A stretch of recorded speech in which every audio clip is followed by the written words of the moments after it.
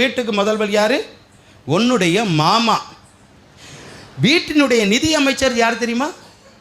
உன் மாமி. நான் தான் நிதி அமைச்சர்னா என்னது? கொத்துஜாவி நான்.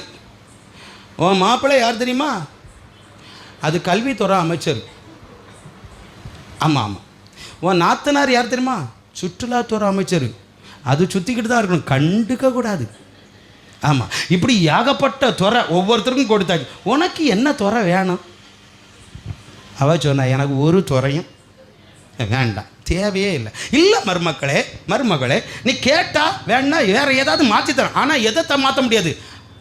முதலமைச்சரும் மாறாது, நிதி அமைச்சர், வேற எதை கேட்டாலும் நான் மாற்றி அண்ணா தாரேன். எனக்கு ஒரு அமைச்சர் பதவியும் வேண்டாம். எனக்கு நான் இந்த வீட்டுக்கு எதிர்க்கட்சி தலைவராக இருக்கிறேன்.